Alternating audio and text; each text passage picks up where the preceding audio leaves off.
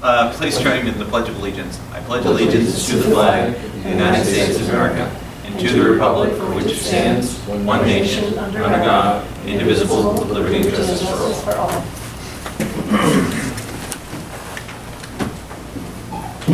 How's that?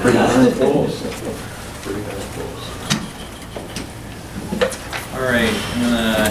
This is a work session tonight. I just want to clarify a couple of things. We are on this end tonight because we're doing a public hearing. We'll get into that in a couple minutes. We do have some other business items that we do need to get to. I wanted to share that unfortunately Barb's family lost their dog, so she's not here tonight. So I think many people can certainly understand that. And I also wanted to just take a moment, and Barb and I talked about it before her dog passed, and not trying to put them on equal footing or any type of comparison, but Dexter Chris lost his son. And some of you may remember that we did have the gospel choir here some time ago. He and his family have been involved in a number of things, and his son actually attended one of the school districts in the town associated with Peru. So I did want to offer just a moment of silence for his family today.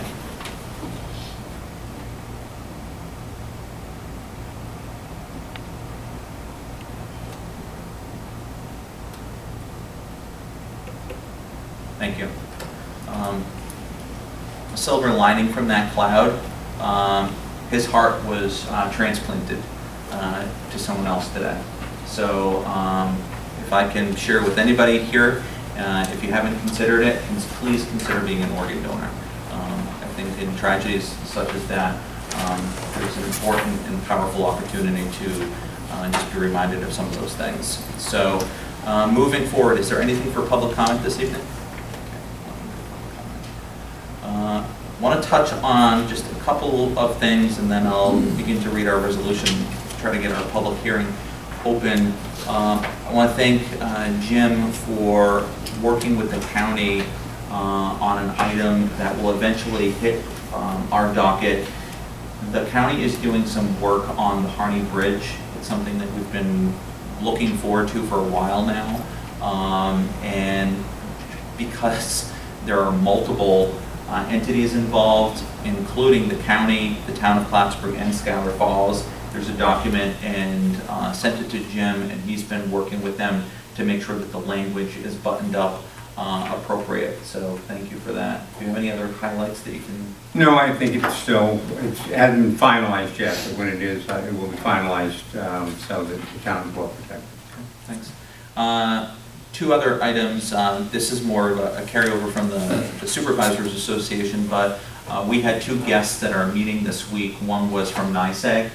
They continue to try to increase their infrastructure.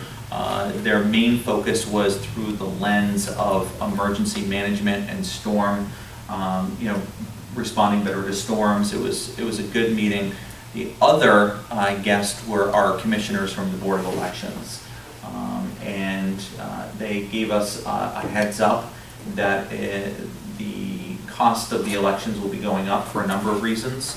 I'm not looking to have a debate on chargebacks and how people are, I'm trying to give people some information, but anticipating some of the things like, and also knowing that there could be some primaries on both Democratic and Republican sides for Congress, for the presidential race, etc. And one of the big things that people should know is that the hours themselves are going longer now for each of the elections. So how they do it is they budget, for a situation where they have kind of every election that could potentially hit. We potentially may have a special election in the town of Plattsburgh as well as the city as it relates to one of our county legislators. So they're also accounting for those numbers for us as well.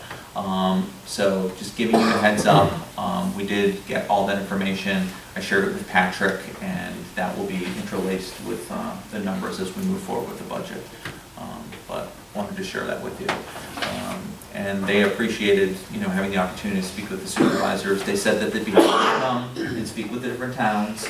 I know that we've had them here before, but I do not anticipate chargebacks changing anytime soon. So that's. Does that include all the 10 days for early voting? Yes, it's also gonna, thank you, Tom, it's also gonna include the way that they're going to do the early voting and a number of other things. And it's almost embarrassing, I wouldn't even say modest, nominal amount of money that people receive to be the poll watchers and kind of the chief person that's overseeing it. That pay is going up slightly as well. Not by- Actually, poll watchers aren't paid, but it's but- inspectors. Yeah, the inspectors, thank you. Yeah, so, Do they have, are they going to have each district in each town? Or are they just going to have poll watchers for all the districts? So they're just three people instead of... the model of basically what you know as the polling sites and the way that it's being laid out is the same. That is not changing. The amount of time that people will be at the polling locations, because the hours are extended, is really the most significant change. So basically then for those 10 days, there's going to have to be somebody for every district? No. The early voting will be done in a central location down at the county board of elections or near them through their conference room. Yeah. Okay, but the persons, the inspectors and the persons that are going to be there at the polling place, both political sides or is that going to have to be just for the town? Or is it going to have to be somebody? No, they're condensing it for the early voting, but as far as the general election day, for lack of better terms, or election day, will be, as we know it, just the hours, and for all elections, school elections are really kind of the ones that have the most dramatic change, because I think that's what, 12 to 6 or 6 or something like that, yes. so, yeah, okay. But the early voting, it's reduced hours as well. Yep. It's not like from 5 to 6 Yeah, in the I morning. got a till list of all 10. that, but I just didn't know how many people they had to have there for each, like every town, or, every district in every town, because it could be extremely expensive. They're mapping out a central process to that. Yeah. All right, so the meeting was called to order at 6 p.m. By the presiding officer at the Town Hall on the Banker Road. Further notice is hereby given that the Town Board of the Town of Plattsburgh will meet and hold a public hearing hereon at the Town Hall located on the Banker Road at the Town of Plattsburgh, Clinton County, New York, on Thursday at 6:05 p.m. Prevailing time in relationship to small cell application Verizon at 814 Ampersand Drive. We will soon be accepting written comments into the record for the hearing and open public hearing for the floor for public comment. Is there a motion to open the public hearing? So moved. Costick. Is there a second? Second. LaFave. Is there any discussion on the motion? Seeing none, can I get a roll call, please? Thomas Wood, Yes. Meg LaFave, Yes. Charles Costa, Yes. Mike Cashman. Yes. At this time, 6:08 p.m., we will accept either written comments into the record, or any representatives are welcome to come forward to provide public comments at this time.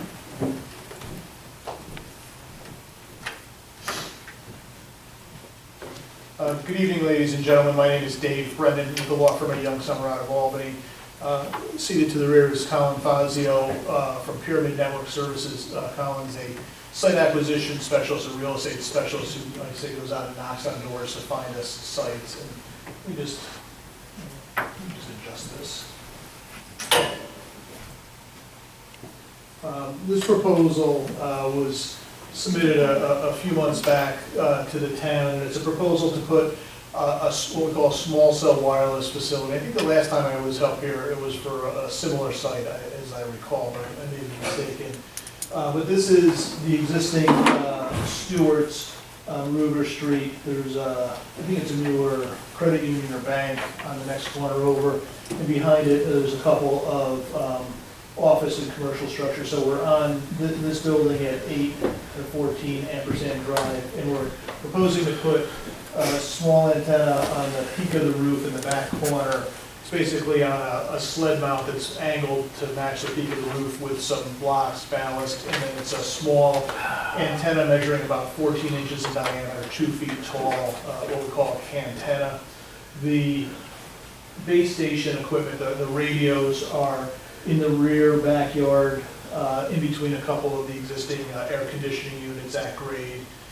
Be surrounded by a 6-foot vinyl wrap chain link fence. And the purpose why we're here this evening is while we do have generally good coverage in the area, there's an existing area where we're having capacity problems. And so what Verizon has done over time is we are deploying, rather than trying to come in and build a brand new full tower, what we've been doing is putting these up. And so it would be, this is the cabling going up the back of the building, just laying flat on the roof, and then the antenna would sit on top. And the last one we did was over on, last time I said I called it by the airport, which wasn't really fair, but it was on one of the churches down on the east side. Alliance Church. Thank you. You were here that night. I was. Oh, yes, you were. Thank you for having a better memory than I do. But we do this in lieu of trying to build a full site with the panel antennas or a full tower. But basically, these act to pick up the coverage in about a 1,000-foot radius, takes it off going to the existing towers, and frees up those towers to serve the capacity needs in a better fashion.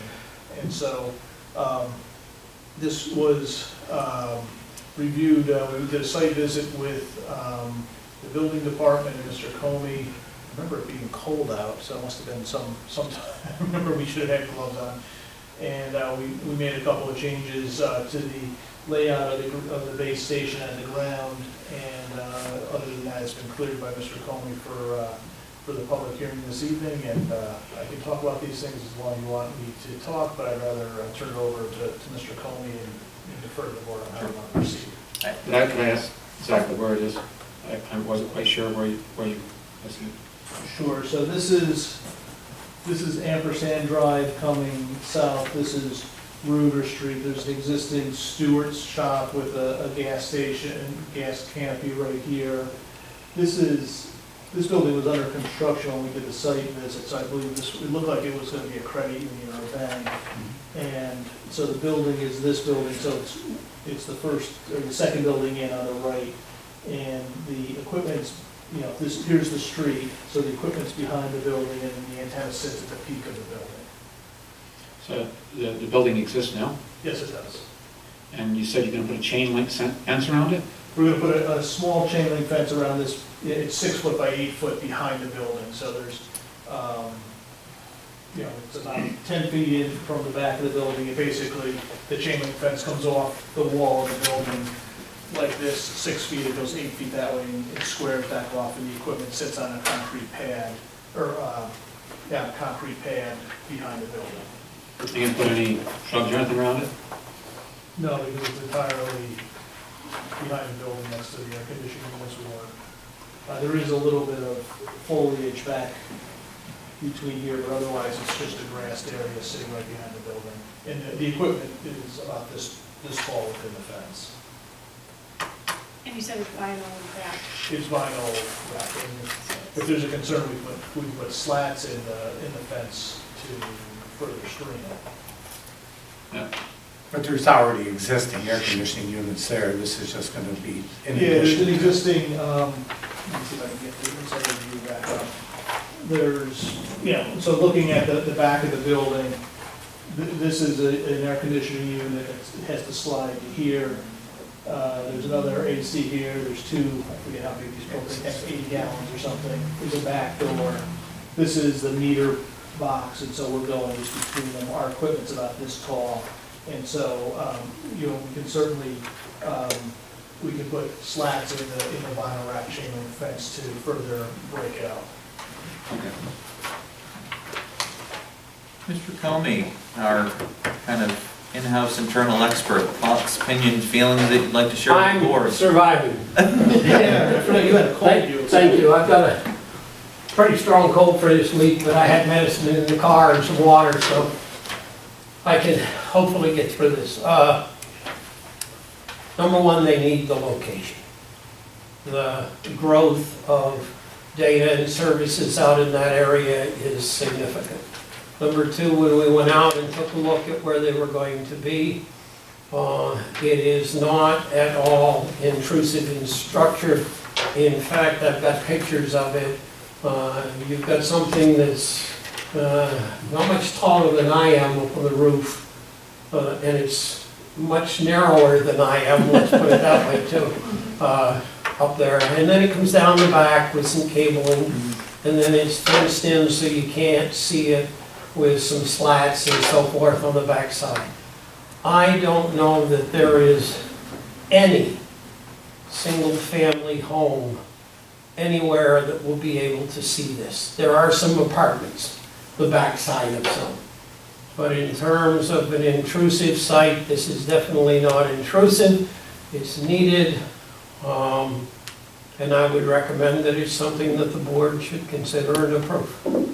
And we have reviewed it in depth, and they did make some changes based on what we asked. Questions? Thank you. What's the amount we get? Ask. What is paid to the town? This one, we don't pay anything because we're not on town property. I know we have at least antennas on the water tower. The water tower. I don't know that we have another site on, oh no, there's 2 water tanks we're on, aren't there? Mhm. Yeah, but other than that, no, this is private property and, Similar to the church. yeah, so, and the rent on these is, not phenomenal, I guess I would put it. There really was no town property that made any sense in that area. Believe me, we looked, because that's the first choice in the law, is to look at town property. But when you haven't got anything and you're talking a small cell site that goes only several hundred feet and not 3 or 4 miles, you have to find something that's reasonably close to that area. And when we went out and looked, we just couldn't find anything. So you can't use town property, the town doesn't get a lease, it goes to private property. What's the reach of this? How far? It's about 1,000 foot, 800,000 foot, 1,100 foot radius, so they're very. So it's just for that immediate area? It's just for the immediate area, yeah. I mean, they don't cover a great distance as compared to a traditional cell tower or the antennas on your water tanks. They will cover 1 mile or 2 miles depending on how those are set up and used. But these really are infill where we see that there's capacity needs or high demand. Maybe it's a commercial area, it's near one of the colleges, there's a lot of users in one place. We'll put this up, it takes those users off the traditional towers and frees those towers up in a sense to cover more area or cover more people. And it soaks up the use within this 1,000 foot radius. And so it's a bit of a, I don't say it's a Band-Aid in a demeaning way, but it's not a solution like a traditional tower would be. But more and more we're seeing in the urban areas and the heavy suburban areas, there's not a real way to put, for the most part, a new tower up in a town that's, when you're getting close to the city, it becomes harder and harder. So this is more and more the preferred solution. It keeps it down at the ground level, it's less obtrusive. Thank you. You're welcome. Could I ask a question? Sure. This, if I'm not mistaken, this building is a rather long building facing the road. Yes. Okay. And the equipment part will be in the back of the building or on the end facing Stewart's? The ground equipment's behind this building, so if you were seated or in your car on Ampersand Drive, looking at the front of the building, the front doors, the equipment's fully on the back And side. you will not see it from the road? Not at all. And if I'm not mistaken, there's a tree line before, I think it's Kennedy Drive, between that building and the next road where there are homes. Might not be. I'm not sure that I I think know. there's a tree line. There is one. There's a further back. tree There's a tree line line. between. So this would not be observed, Tom, is what I'm saying. Yeah, and that was kind of my point with it too. There's already mechanical apparatus back there to begin with, so. And you it's can't just- see it from the road or Yeah, it's really one- from It's one anywhere. more thing there, there's already stuff. I'm assuming that the chain link fence is being put there to protect the equipment more than anything from some sort of. I've yet to hear that we've had a vandalism problem, but we do enclose them. Yeah. You know, it's just easier to do. Yeah, but our comprehensive land use plan says that when we're doing something new, we're trying to improve the looks of the area. It doesn't matter whether there's a whole lot of chain link fences or other things there. The idea is that as things come in and as people change it, we make it look better. Better than what? Anything else? I'm gonna ask this 3 times, is there anything, is someone willing or interested in submitting anything for written comments into the record or coming forward to the podium? Is there anybody seeking to provide written comments into the record or to come forward to the podium? Is there anybody looking to come forward to provide written comments or to come to the podium for public comment? At this point, I would accept a motion to close the public hearing. Is there a motion to that effect? So moved. LaFave, is there a second? Second? Wood, can I get a roll call, please? Thomas Wood, Yes? Meg LaFave, Yes. Charles Costa, Yes. Mike Caster. Yes. The public hearing is closed. We are not voting on this item this evening. What I would anticipate is we do not have a meeting next week, but the week after, it will very likely be on the docket, okay? Okay. So the Thursday. I think it's September 5th. Thursday after Labor Day. Yeah, 4th or 5th. yeah, 4th or 5th. All right, thank you very much, folks. Moving back into our work session, you do have drafts of the minutes. You also have a draft for Kevin's appointment for the Board of Assessment Review. And then the third item here is the reappointment of Mr. Dowling as the town assessor. So I do know of a need to go into an executive session to discuss the work history of 4 specific employees. Is there any motion to that effect? No action to be taken. So, Second. Costick, LaFave. Can I get a roll call, Rick? Yep. Thomas Wood, Yes. Meg LaFave, Yes. Charles Costa. Yes. Mike Caster. Yes. Time going in is 6:22. Again, no action to be taken this evening. Thank you.